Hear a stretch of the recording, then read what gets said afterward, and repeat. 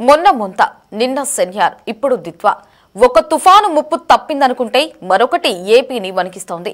ఇప్పటికే దిత్వా తుఫాను నేపథ్యంలో నెల్లూరు, తిరుపతి, చిత్తూరుకు వాతావరణ శాఖ అధికారులు రెడ్ అలర్ట్ జారీ చేశారు. ప్రకాశం, కడప, అన్నమయ్య జిల్లాలకు ఆరెంజ్ అలర్ట్.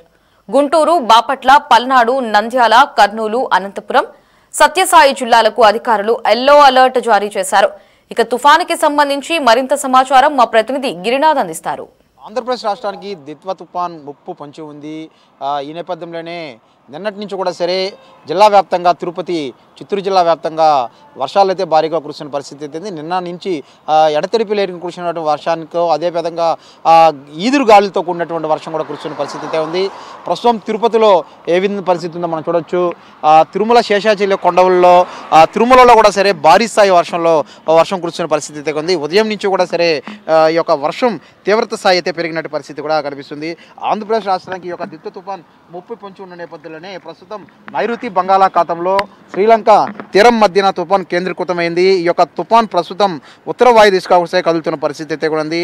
అయితే మరికొద్ది గంటల్లోనే ఈ యొక్క ద్వితీయ తుఫాన్ తీవ్ర వాయుగుండంగా మారే అవకాశం ఉండడంతో వాతావరణ శాఖ అధికారులు కూడా అంచనా వేస్తున్న పరిస్థితి అయితే అయితే ఈ యొక్క తుఫాన్ నేపథ్యంలో దక్షిణ కోస్తాపై తీవ్ర ప్రభావం చూపే అవకాశం ఉన్నట్టు కూడా తెలుస్తుంది.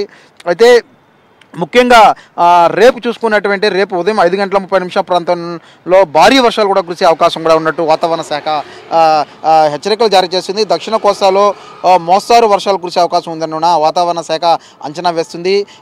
మధ్య కోస్తా జిల్లాల్లో భారీ వర్షాలు కురిసే అవకాశంతో తుఫాన్ ప్రభావిత ప్రాంతాల్లో దాదాపు 40 కిలోమీటర్ల వేగంతో కూడా సరే ఈదురు గాలులకు వీచే అవకాశం ఉందంటున్న అంచనా వేస్తున్నారు అధికారులు. మరోవైపు ఈ యొక్క దిత్వా తుఫాను ఉత్తర తమిళనాడు, పుదుచేరి తీరాలను సమాంతరంగా కదిలే అవకాశం ఉందన్న ఏపీ విస్తారంగా విపత్తు శాఖ కూడా అంచనా వేస్తున్న పరిస్థితి అయితే కూడా ఉంది. అయితే ఈ నేపథ్యంలోనే ప్రకాశం, నెల్లూరు, తిరుపతి జిల్లాల్లో ప్రజలు అప్రమత్తంగా ఉండాలంటూ కూడా ఏపీ విపత్తు నిర్వాహక సంస్థ కూడా ఆదేశాలు జారీ చేసిన పరిస్థితి అవుతుంది. ముఖ్యంగా ఈ యొక్క అత్యవసర సహాయం కోసం వైఎస్ఆర్ కడప జిల్లా, నెల్లూరు జిల్లా ఇప్పటికే 2 ఎన్డీఆర్ఎఫ్ బృందాలను తరలించారు. అలాగే వెంకటగిరిలో 3 ఎస్టీఆర్ బృందాలను కూడా మోహరించిన పరిస్థితి కూడా ఉంది. ఈ యొక్క ద్వితీయ తుఫాన్ ప్రభావం రాయలసీమ, దక్షిణ కోస్తా జిల్లాలపై అధికంగా ఉండడంతో వాతావరణ శాఖ హెచ్చరికల నేపథ్యంలోనే ప్రభుత్వం కూడా అప్రమత్తమైంది. ఈ యొక్క తుఫాన్ సమయంలో విద్యుత్ సమస్య రాకుండా అధికారులు సిబ్బంది క్షేత్రస్థాయిలో ప్రజలకు అందుబాటులో ఉండాలంటూ కూడా ఏపీ విద్యుత్ శాఖ కూడా అధికారులు ఆదేశించిన పరిస్థితి కూడా కనిపిస్తుంది. మొత్తం మీద ఈ యొక్క మరోవైపు ఈ యొక్క ద్వితీయ తుఫాన్ నేపథ్యంలో రేపు తిరుపతి జిల్లాలో పాఠశాల విద్యా సంస్థలు కూడా సెలవులు ప్రకటించారు. తుఫాన్ కారణంగా తిరుపతి జిల్లాలో భారీ నుంచి అతి భారీ వర్షాలు కురిసే అవకాశం ఉన్న నేపథ్యంలోనే ఈ యొక్క ఆదేశాలు కూడా జారీ చేశారు జిల్లా కలెక్టర్ వెంకటేశ్వర్లు. అదేవిధంగా ఈ యొక్క తుఫాన్ నేపథ్యంలో ఇటు అన్నమయ్య జిల్లా, నెల్లూరు జిల్లాకు సంబంధించినటువంటి విద్యాశాఖ కూడా అటు సెలవు దినంగా ప్రకటించారు. ఏదైతే గ్రీవెన్స్ డే సోమవారం నాడు నిర్వహించాల్సినటువంటి ఈ యొక్క గ్రీవెన్స్ డేను కూడా సరే వాయిదా వేస్తూ ఆ యొక్క వర్షపాతం ఉన్న నేపథ్యంలోనే ఈ యొక్క తాత్కాలికంగా ఈ యొక్క కార్యక్రమాన్ని కూడా రద్దు చేస్తూ కూడా అధికారులు ఆదేశించిన పరిస్థితి మనం చూడొచ్చు.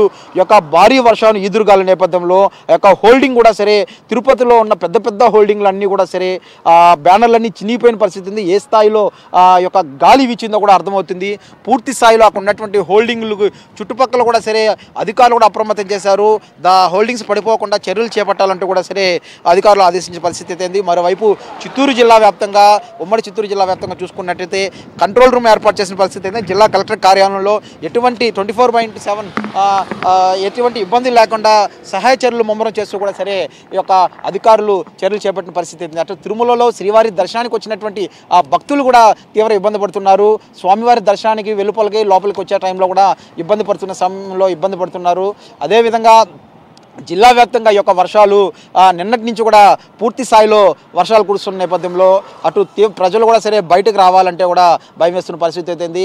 గత అనుభవాల దృష్టిలో ఉంచుకొని కూడా సరే ఈ యొక్క అధికారులు మాత్రం వాగు వంకల దగ్గర పూర్తిగా పీటెక్ నిర్వహించిన పరిస్థితి కూడా కనిపిస్తుంది.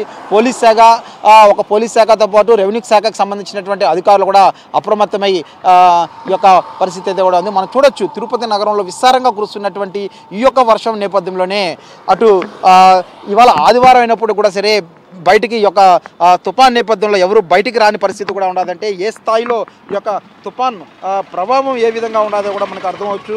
అట్లా శ్రీలంకలో ఈ యొక్క తుఫాన్ ప్రభావంతో దాదాపు 85 మంది కూడా ఈ యొక్క చనిపోయిన పరిస్థితి అయితే కూడా ఉంది.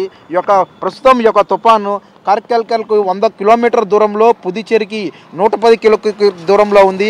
అదేవిధంగా చెన్నైకి 180 కిలోమీటర్ దూరంలో ఈ యొక్క తుఫాను ఉన్న పరిస్థితి అయితే కూడా ఉంది.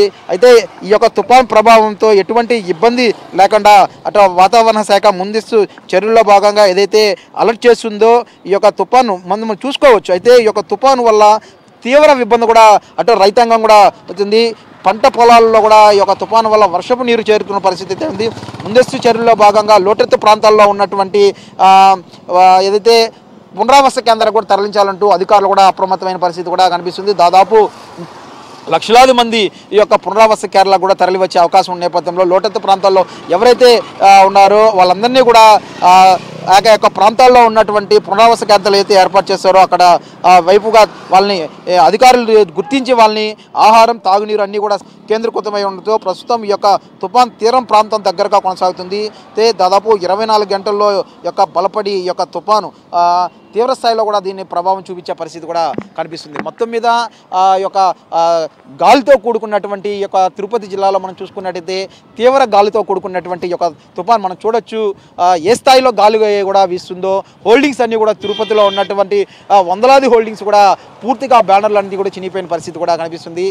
విద్యార్థులు కూడా పాఠశాల రేపు పూర్తిగా సెలవు దినంగా ప్రకటిస్తూ కూడా సరే అన్నమయ్య జిల్లా, నెల్లూరు, తిరుపతి జిల్లాలకు సంబంధించినటువంటి కలెక్టర్లు ఆదేశాలు జారీ చేసిన పరిస్థితి కూడా కనిపిస్తుంది. మొత్తం మీద రేపు ఉదయం 5:30 ప్రాంతంలో పెద్ద స్థాయిలో కూడా వాతావరణం హెచ్చరికల నేపథ్యంలో వర్షం తీవ్ర స్థాయి కూడా పెరిగే అవకాశం ఉన్న నేపథ్యంలో చర్యలు చేపట్టే విధంగా అట్లా ఎన్డీఆర్ఎఫ్, ఎఫ్టీఆర్ఎఫ్ బృందాలు రంగంలో దిగాయి.